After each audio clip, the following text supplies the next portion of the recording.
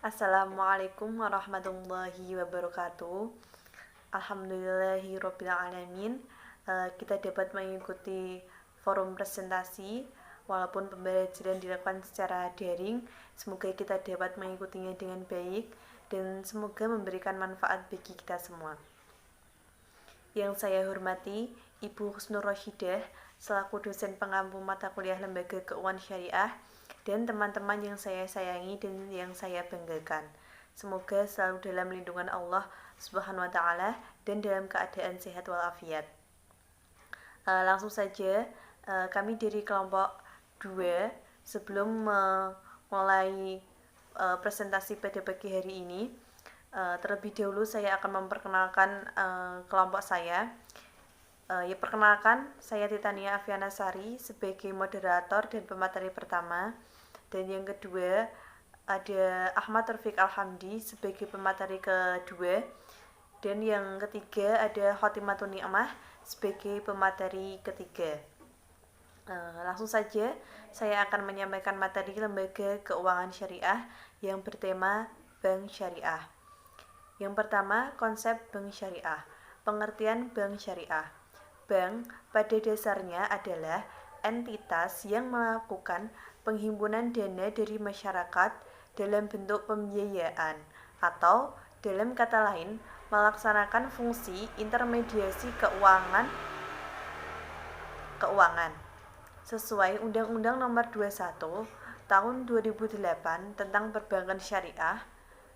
Bank Syariah adalah bank yang menjalankan kegiatan usahanya berdasarkan dengan prinsip syariah yang diatur dalam Fatwa Majelis Ulama Indonesia, seperti prinsip keadilan dan keseimbangan, prinsip kemaslahatan, prinsip universalisme, dan tidak mengandung gharar, maisir, riba, dolim, dan objek yang haram.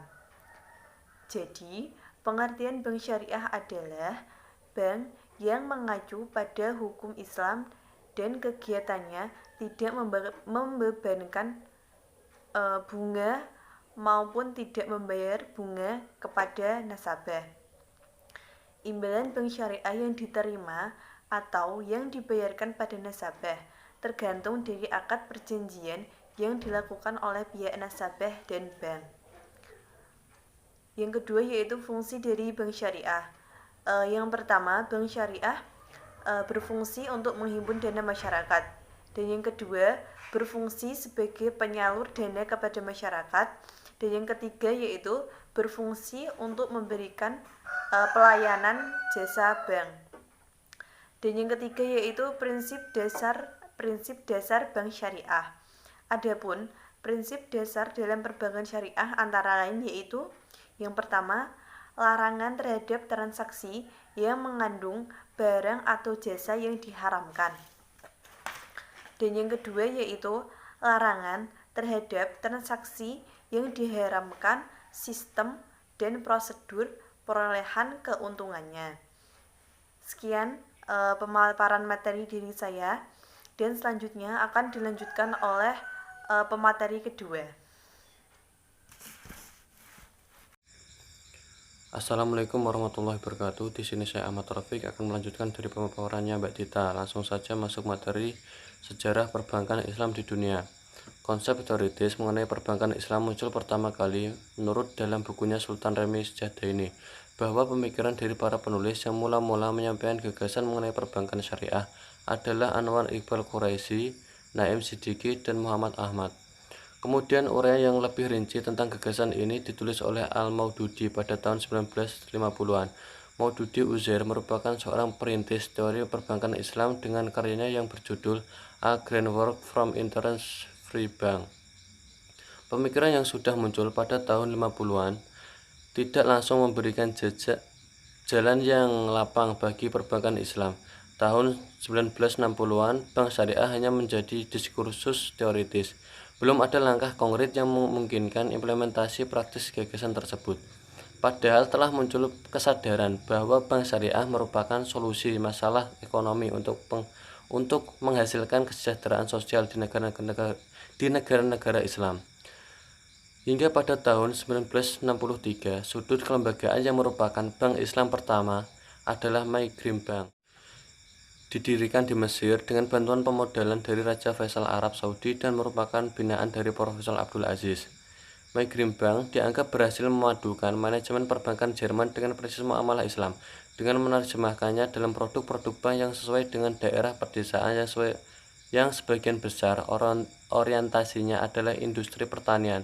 Namun karena persoalan politik pada tahun 1967, Bank Islam Migrim Bank ditutup. Kemudian pada tahun 1971, di Mesir berhasil didirikan kembali Bank Islam dengan nama Nisr Social Bank. Hanya tujuan lebih bersifat sosial daripada komersial. Sedangkan Bank Islam pertama yang bersifat swasta adalah Dubai Islamic Bank, yang didirikan pada tahun 1975 oleh sekelompok usahawan muslim dari berbagai negara. Pada tahun 1977 berdiri dua bank Islam dengan nama Faisal Islamic Bank di Mesir dan Sudan. Dan pada tahun itu pula pemerintah Kuwait mendirikan Kuwait Financial House. Secara internasional, perkembangan perbankan Islam pertama kali diprakarsai oleh Mesir. Karena Mesir telah mengilhami diadakannya konferensi ekonomi Islam pertama di Mekah pada tahun 1975. Sebagian tindakan lanjut rekomendasi dari konferensi tersebut. 2 tahun kemudian lahirlah Islamic Development Bank atau dikenal dengan IDB, yang kemudian diikuti oleh pendirian lembaga-lembaga keuangan Islam berbagai negara, termasuk negara-negara bukan anggota OKI seperti Filipina, Inggris, Australia, Amerika Serikat, dan Rusia. Sejak saat itu, mendekati awal dekade 1960-an, bank-bank Islam bermunculan.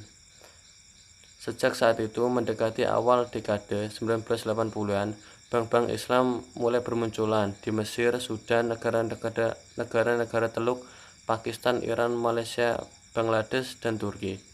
Secara garis besar, lembaga-lembaga perbankan Islam yang bermunculan itu dapat dikategorikan ke dalam dua jenis, yakni sebagai bank Islamis komersial atau lembaga investasi dengan bentuk international holding corporation seperti Dir al-Ma'al al-Islami di Geneva. Pada perjalanannya, sistem perbankan berbasis syariah semakin hari semakin populer, bukan hanya di negara-negara Islam, tapi juga di negara-negara Barat, yang ditandai dengan makin suburnya bank-bank yang menerapkan konsep syariah. Perkembangan perbankan syariah atau perkembangan dengan konsep bagi hasil menandakan konsep syariah dalam pengelolaan kekayaan uang diterima kebiasaan umat manusia secara universal. Karena jelas-jelas konsep riba atau bunga dalam Islam sangat dilarang dan bertentangan dengan konsep kemanusiaan. Lanjut masuk pada sejarah perbankan Islam masuk ke Indonesia. Di Indonesia, sepanjang awal abad ke-20, sistem keuangan syariah sekadar menjadi bahan diskusi, sehingga belum ada langkah nyata dan praktis untuk mengimplementasikan gagasan mulia tersebut. Padahal telah muncul kesadaran bahwa bank syariah merupakan solusi masalah ekonomi untuk kesejahteraan sosial di negara-negara Islam.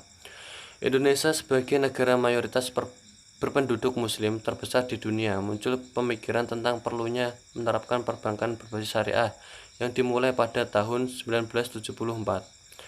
Kehadiran gagasan pemikiran perbankan berbasis syariah dalam sebuah seminar hubungan Indonesia Timur Tengah yang diselenggarakan oleh Lembaga Studi Ilmu-Ilmu Kemasyarakatan atau yang disebut LSIK. Pada awalnya memang sempat terjadi perdebatan yang melelahkan mengenai hukum bunga bank dan hukum zakat versus pajak. Diperdebatkan para ulama dan cendekiawan dan intelektual muslim. Perbedaan dan perdebatan di kalangan cendekiawan atau ulama yang sangat luar biasa. Perbedaan pandangan di kalangan ulama Indonesia mengenai bunga yang secara garis besar terbagi menjadi 3 kelompok, yaitu yang pertama kelompok yang menghalalkan, dan yang kedua yang mengatakan syubhat, dan yang ketiga yang mengatakan haram. Adanya perbedaan di kalangan umat Islam tidak menyurutkan munculnya perbankan syariah di Indonesia. Sekian dari saya, apabila ada tutur kata yang tidak baik, mohon maaf. Assalamualaikum warahmatullahi wabarakatuh. Yang selanjutnya yaitu akad dan produk bank syariah. Yang pertama, akad dalam perbankan syariah. Akad sendiri mempunyai pengertian kontrak antara kedua belah pihak yang mengikat kedua belah pihak yang saling bersepakat, yakni masing-masing pihak terikat untuk melaksanakan kewajiban masing-masing yang telah disepakati terlebih dahulu. Dari segi ada dan tidaknya kompensasi, akad dibagi menjadi dua, yaitu akad tabaruk dan akad ijarah. Yang pertama, akad tabaruk. Akad tabaruk adalah akad yang melakukan kebaikan dengan mengharapkan imbalan dari Allah Subhanahu wa Ta'ala semata. Itu sebabnya akad ini tidak bertujuan untuk mencari keuntungan komersil. Konsekuensi logisnya, bila akad tabaruk dilakukan dengan mengambil keuntungan komersil, maka ia bukan lagi tergolong dalam akad tabaruk tersebut, namun ia akan tergolong dalam akad ijarah. Akad tabaruk dibagi menjadi tiga, yaitu meminjamkan uang atau lending, meminjamkan jasa atau lending yourself, dan meminjamkan sesuatu atau giving something. Yang pertama, yaitu transaksi meminjamkan uang atau lending, itu dibagi menjadi tiga, yaitu qard, rahan, dan hiwalah. Yang pertama, qard, yakni transaksi pinjam-meminjam uang. Di dalam Islam, transaksi ini tidak boleh dikenakan tambahan atas pokok pinjaman atau yang umum dikenal sebagai bunga pinjaman. Yang kedua, yaitu rahan, yakni pemberian pinjaman uang dengan penyerahan barang sebagai anggunan seperti emas, seperti transaksi gadai emas. Yang ketiga yaitu hiwalah, yakni pemberian pinjaman uang bertujuan untuk menutup pinjaman di tempat atau pihak lain. Yang kedua yaitu meminjamkan jasa atau lending yourself. Lending yourself juga dibagi menjadi tiga, yaitu wakalah, kafalah, dan wadiah. Yang pertama, wakalah yakni transaksi perwakilan di mana satu pihak bertindak atas nama atau mewakili pihak lain. Yang kedua, kafalah yakni transaksi penjaminan satu pihak kepada pihak lain. Yang ketiga yaitu wadiah, yakni transaksi titipan di mana satu pihak menitipkan barang kepada pihak lain. Yang ketiga yaitu memberikan sesuatu atau giving something. Yang termasuk dalam golongan ini adalah akad hibah, wakaf, sodako, dan hadiah. Akad tabaruk ini adalah berupa akad yang mencari keuntungan akhirat, bukan akad untuk bisnis. Jadi akad seperti ini tidak bisa digunakan untuk akad komersil. Sedangkan yang kedua yaitu akad ijarah. Akad ijarah atau muadah kompensasional kontrak adalah segala macam perjanjian yang menyangkut for profit transaction. Jadi di sini akad ini digunakan untuk mencari keuntungan. Karena itu akad ini disebut akad yang bersifat komersil. Yang selanjutnya yaitu produk pada perbankan syariah. Secara garis besar, produk yang ditawarkan oleh perbankan syariah terbagi menjadi tiga bagian, yaitu produk penghimpunan dana atau funding, produk penyaluran dana atau financing, dan produk jasa atau service. Produk penghimpunan dana atau funding dibagi menjadi tiga, yaitu tabungan, deposito, dan giro. Yang pertama, tabungan sendiri mempunyai pengertian bentuk simpanan nasabah yang bersifat liquid. Artinya produk ini dapat diambil sewaktu-waktu apabila nasabah membutuhkan. Yang kedua yaitu deposito. Deposito adalah bentuk simpanan nasabah yang mempunyai jumlah minimal tertentu, jangka waktu tertentu, dan bagi hasilnya lebih tinggi daripada tabungan. Yang ketiga yaitu giro. Giro adalah bentuk simpanan nasabah yang diberikan bagi hasil dan pengambilan dana menggunakan cek. Biasanya dilakukan oleh suatu perusahaan atau yayasan dan atau bentuk badan hukum lainnya dalam proses keuangan mereka. Yang selanjutnya yaitu produk dari perbankan syariah. Yang kedua, produk penyaluran dana atau financing. Pembiayaan atau financing adalah pendanaan yang diberikan oleh satu pihak lain untuk mendukung investasi yang telah direncanakan baik dilakukan sendiri maupun lembaga. Dengan kata lain, pembiayaan adalah pendanaan yang dikeluarkan untuk mendukung investasi yang telah direncanakan. Secara garis besar, produk pembiayaan kepada nasabah yaitu sebagai berikut. Yang pertama, pembiayaan dengan prinsip jual beli seperti bai murabahah, bai asalam, dan bai al-istisna. Yang kedua yaitu pembiayaan dengan prinsip sewa meliputi ijarah dan ijarah mutahiyah bitamlik. Yang ketiga yaitu pembiayaan dengan prinsip bagi hasil meliputi musyarakah, mudarobah, muzaroah, dan musakoh. Yang terakhir yaitu produk dari perbankan syariah adalah produk jasa atau servis. Selain menjalankan fungsinya sebagai intermediaris atau penghubung antara pihak yang kelebihan dana dengan pihak yang kekurangan dana, bank syariah dapat pula melakukan berbagai pelayanan jasa perbankan kepada nasabah dengan imbalan berupa sewa atau keuntungan. Jasa perbankan tersebut antara lain yaitu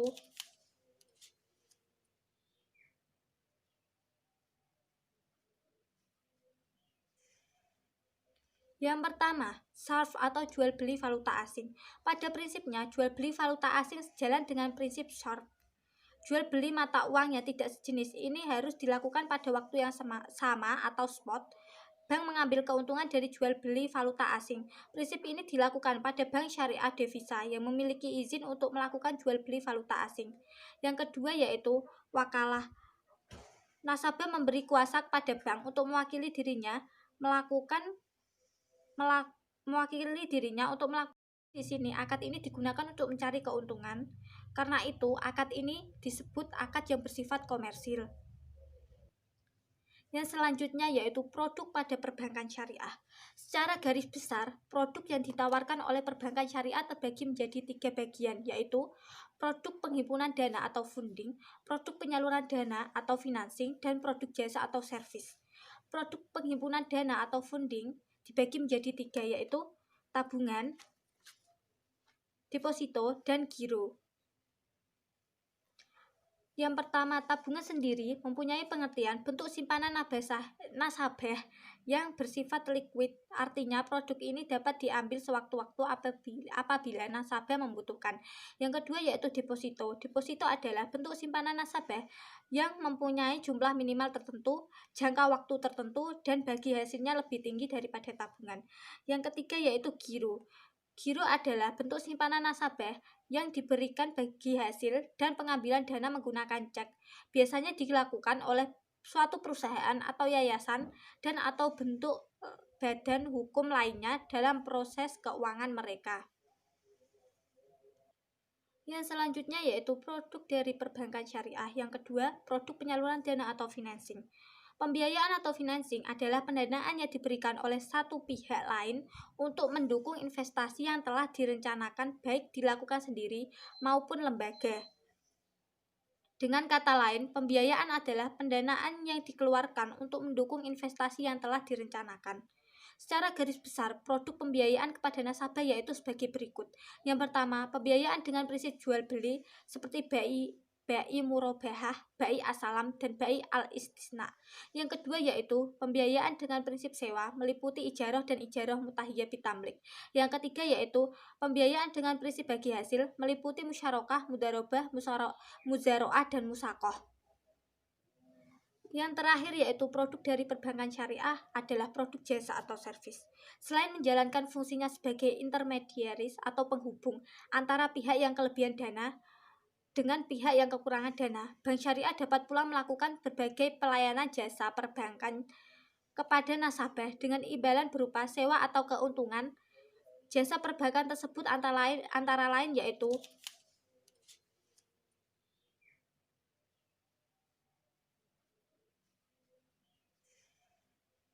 yang pertama, SARF atau jual beli valuta asing. Pada prinsipnya, jual beli valuta asing sejalan dengan prinsip SARF. Jual beli mata uang yang tidak sejenis ini harus dilakukan mutahiyah bitamlik. Yang ketiga yaitu pembiayaan dengan prinsip bagi hasil meliputi musyarakah, mudarobah, muzaroah, dan musakoh. Yang terakhir yaitu produk dari perbankan syariah adalah produk jasa atau servis.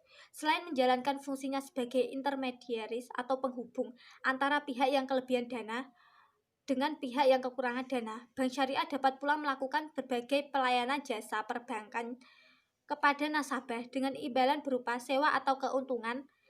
Jasa perbankan tersebut antara lain yaitu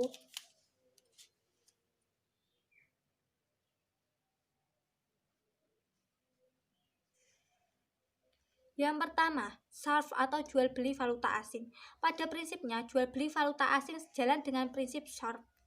Jual beli mata uang yang tidak sejenis ini harus dilakukan pada waktu yang sama atau spot. bank mengambil keuntungan dari jual beli valuta asing. Prinsip ini dilakukan pada bank syariah devisa yang memiliki izin untuk melakukan jual beli. Yang kedua yaitu wakalah. Wakalah yaitu nasabah memberi kuasa kepada bank untuk mewakili dirinya melakukan pekerjaan jasa tertentu, seperti transfer. Yang kedua, kafalah. Kafalah yaitu jaminan yang diberikan oleh bank syariah atau penanggung kepada pihak ketiga untuk memenuhi kewajiban nasabah atau pihak kedua yang ditanggung. Yang ketiga yaitu hawalah. Hawalah adalah pengalihan utang dari orang yang berutang kepada orang lain yang wajib nanggungnya. Yang kelima yaitu rahan. Rahan adalah menahan salah satu harta milik si peminjam sebagai jaminan atas pinjaman yang diterimanya. Barang yang ditahan tersebut memiliki nilai ekonomis.